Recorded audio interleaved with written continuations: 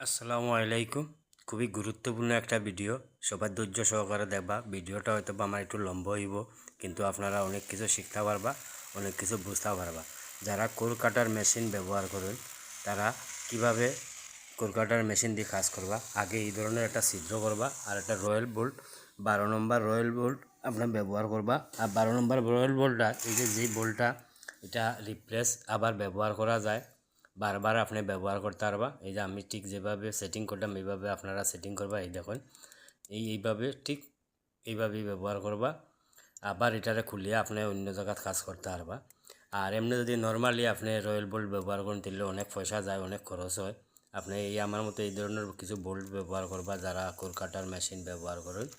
কারণ ভালো কাজ দিতে হইলে মালিক মহোদয়রা এখন ভালো কাজ চায়। তো ভালো কাজ দিতে হইলে আমরা বাধ্যতামূলক কোর কাটার মেশিন ব্যবহার করতে হয়। আর কোর কাটার মেশিনগুলো ব্যবহার করতে গেলে একটু সময় সাপেক্ষের ব্যাপার। ভালো কাজ করতে হইলে আমরা এই ধরনের এই যে রয়্যাল বোল্টগুলো ব্যবহার করতে হয়, যেভাবে টাইট দিতে হয়। তো দিতে গিয়ে আমরা একটু সময় যায়। মূল কাজের বিষয়টা হচ্ছে গিয়ে সেটিং করা। এই আপনার কোর কাটার মেশিনটা সেটিং করে হচ্ছে মূল উদ্দেশ্য। সেটিং করার ফলে কিন্তু বেশি একটা সময় লাগে না, যা সময়টা যায় আপনার সেটিং করার। ভালো কাজ মালিক মহোদয় সকল ভালো কাজ দিতে হইলে আপনি ভালো খরচ করতে হইবা।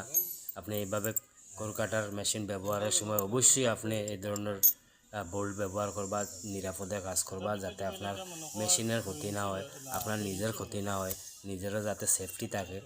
তাই আমরা এই ধরনের সেফটি অনুযায়ী যাতে আমরা নিরাপদে কাজ করতে পারি। আমরা এত টাকা দামের মেশিন আমরা কিনছি কাজের উদ্দেশ্যে, যাতে আমরা কোনো ক্ষয়ক্ষতি না হয়, মেশিনটা যাতে নষ্ট না হয়।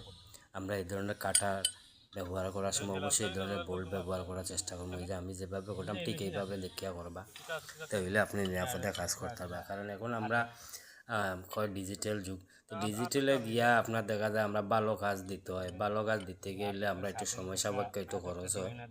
তো অবশ্যই আমরা এটা এখন বাধ্যতামূলক হয়ে গেছে। এই যে আমি কাজটা করলাম ঠিক এইভাবেই আপনারা একটা রয়্যাল বোল্ট, তবে রয়্যাল বোল্টটা কিন্তু আপনার এসএসএল নিতে হইবা। এসএসএল না হইলে আপনি কন্টিনিউ কাজ করতে পারবেন না। এই দেখেন, এই যে আমি কাজটা করতাম, খুব স্মুথলি কাজটা হয়, কাজ খুব নিরাপদে করা যায়, কোনো সমস্যা হয় না। খুব সুন্দর একটা ছিদ্র হইবে।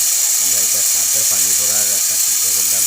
আমি সাপের পানি ভরা বিশাল সাপের পানি ভরা 3টা পাইপ লাগাবো, 3টা পাইপে 6টা ছিদ্র আমরা করতে হইবে।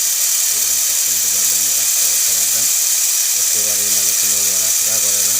এভাবে যারা যারা কলকাতার ব্যবহার করেন অবশ্যই এই ধরনের সেটিং করিয়ে আপনারা করবা। এগুলো একেবারে নিরাপদে এবং সুন্দরভাবে করতে হবে। একদম অটোমেটিক ক্যামেরা, কোনো প্রেশার দিতে হবে না।